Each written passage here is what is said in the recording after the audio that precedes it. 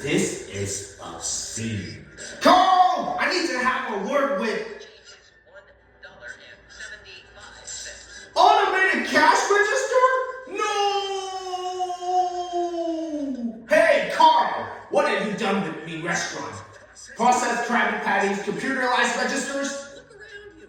Our customers are quite content with the contrived and the mediocre. That's because they don't know what they're eating. Excuse me, ma'am. Do you know what's in that Krabby Patty you're eating? No.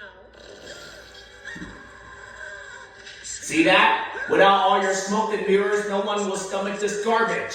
What'd he say? Garbage?